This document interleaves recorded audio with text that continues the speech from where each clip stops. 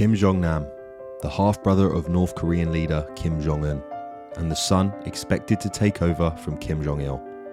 However, after a trip to Disneyland and one of the most inventive assassination attempts you'll ever hear about, his destiny to become the supreme leader was never quite complete. Born May 10, 1971, he was the eldest son of North Korean leader Kim Jong-il. He left North Korea to live with his grandmother in Moscow, in the Soviet Union at the time, and earned an international education in both Russia and Switzerland, setting him up to be his father's heir. Kim Jong-nam was reported to be very similar to his father, and was described by his aunt as being hot-tempered, sensitive, but gifted in the arts. Upon returning back to North Korea in 1988, he built a strong relationship with his father, who by roughly 1994, Kim Jong-il considered him to be the heir to North Korea. With 6 other siblings in the picture, this was a huge decision. In 1998, Kim Jong-nam was appointed to his first senior positions in the Ministry of Public Security of North Korea and the North Korean Computer Committee.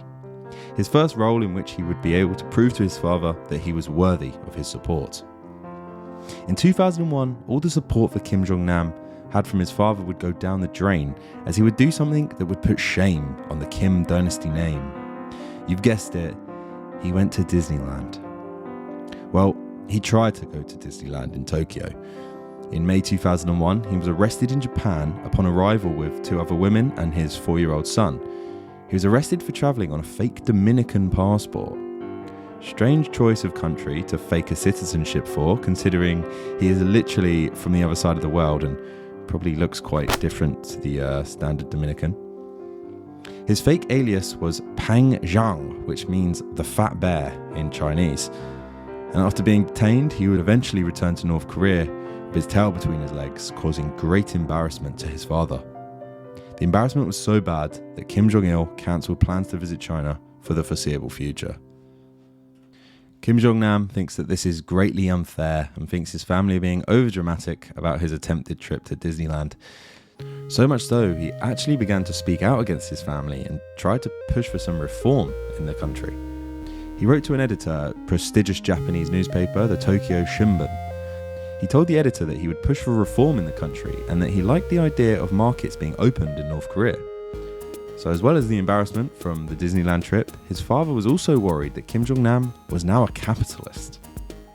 As well as the difference in political ideology, Kim had been described as the closest North Korea had ever had to an international playboy.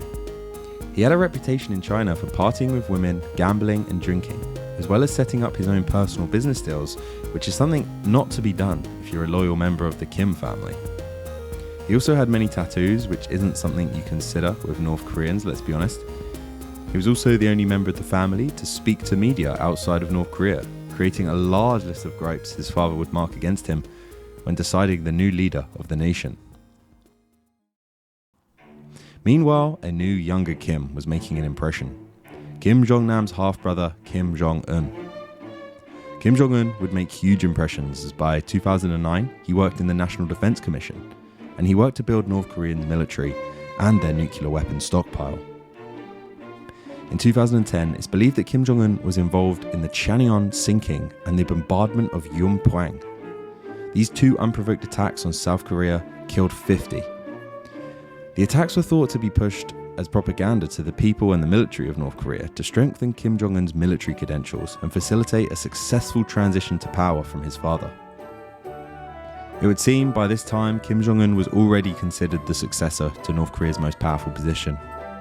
It was also around this time that the people of North Korea would learn songs of praise for Kim Jong-un, as they had already done so for the previous 2 Kim leaders. In the meantime, Kim Jong-nam had been living under the radar in Macau, China for many years. In July 2006, after an assassination attempt on Kim Jong-nam while travelling to see his brother, Kim Jong-chul, in Munich, in fear for his life, he would spend his time split between China and another unknown country. It was clear that Kim Jong-nam was more than out of favour, and he would live the rest of his life on high alert. In December 2011, after the death of Kim Jong-il, Kim Jong-un would officially take office as supreme leader. Kim Jong-nam was rumoured to secretly fly to North Korea upon the news of his father's death to pay his last respects. However, this isn't confirmed. And interestingly, this would have been the first time Kim Jong-nam and Kim Jong-un ever met, as North Korean practices states potential successors must be raised separately. In 2012, Kim Jong-nam, if he hadn't already, he would literally write himself a death sentence. Japanese journalist Yoji Gomi would release a book titled My Father, Kim Jong-il and Me, compiling multiple long-form interviews with Kim Jong-nam. In the book, he stated that he expected the leadership of Kim Jong-un to fail, citing that he was too young and too inexperienced. He also stated, without reforms, North Korea will collapse, and when such changes take place, the regime will also collapse. You can imagine this is not just banter between bros here.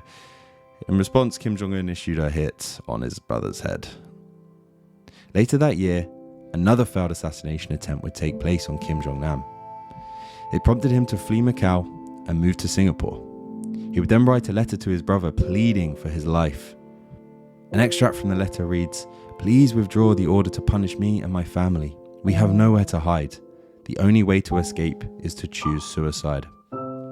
On the 13th of February 2017, Kim Jong-nam's luck would run out, as he was the target of one of the most bizarre assassination attempts you'll ever hear about. And luckily for us, it was all caught on camera. You're going to see and hear about the assassination attempt in a moment, but if you're enjoying the video, please drop me a like and a comment. It really helps my channel grow, and consider subscribing if you haven't already. Okay, where were we? On the 13th of February 2017, Kim Jong-nam enters Kuala Lumpur airport. Unknown to him, 2 female assassins are also hanging around the airport. And unknown to the female assassins, they're about to assassinate someone. The assassins' journey started months earlier, when they were both recruited by a man claiming to be a TV producer for a prank show. Kim Jong-un's agents tricked 2 young women into thinking they were on a hidden camera TV show in which they played pranks on unsuspecting members of the public by smearing baby oil from rags of cloth onto their faces.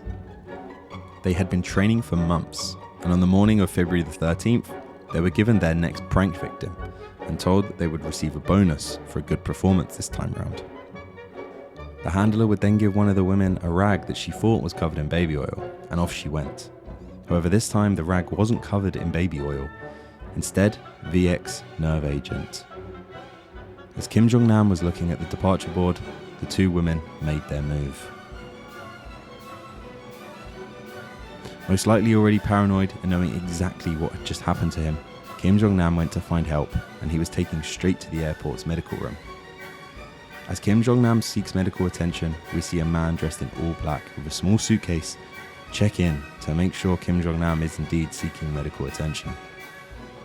The whole operation plays out like something you could only ever imagine in a movie, with a chemist to handle the deadly nerve agent, lookouts, and a team leader, codenamed Grandpa.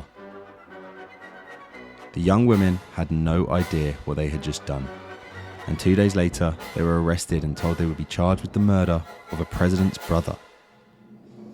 In the eye of Malaysian law, they had committed one of the most severe crimes possible, and the punishment for that said crime in Malaysia, death by hanging. Also arrested was a Malaysian man, Ri Jong-chol, who acted as the chemist. He was caught on video at the North Korean embassy getting his story straight with his handlers, and then a month later, he was free, singing karaoke in a bar in China after North Korea arrested a Malaysian diplomat and demanded a prisoner swap. Meanwhile, the 2 women were charged with voluntarily causing hurt by dangerous weapons or means, and so they served 2 years in prison. As for their North Korean handlers, Interpol would issue a red notice for the 4 North Korean suspects who had fled to Pyongyang the day after the attack. 3 other North Korean suspects were all held up in the North Korean embassy in Malaysia. They were all released on the 30th of March and allowed to return home after investigators interviewed them and cleared them of any wrongdoing. A month after the assassination, a group called Free Joseon, who would help people defect from North Korea, released this video. Hi, my name's Kim Han-sol from North Korea, part of the Kim family. My father has been killed a few days ago. I'm currently with my mother and my sister, and we're very grateful to Adrian for his help, Adrian and his team for his help, and we hope this gets better soon. Yeah. Later in 2012, Kim Han-sol would do a TV interview in Finland.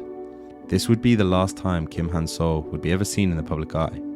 He and his whole family are imagined to be hiding somewhere in Europe, but their true whereabouts is unknown. It's even been reported that they are being protected by the CIA, which could make sense, as in June 2019, the Wall Street Journal stated that Kim Jong-nam had been a CIA source, capturing film footage inside North Korea for the sum of $120,000. However you look at this story, it's a ruthless assassination ordered from within the victim's own family, all because of differences in ideology and politics, and ultimately, a damaged ego.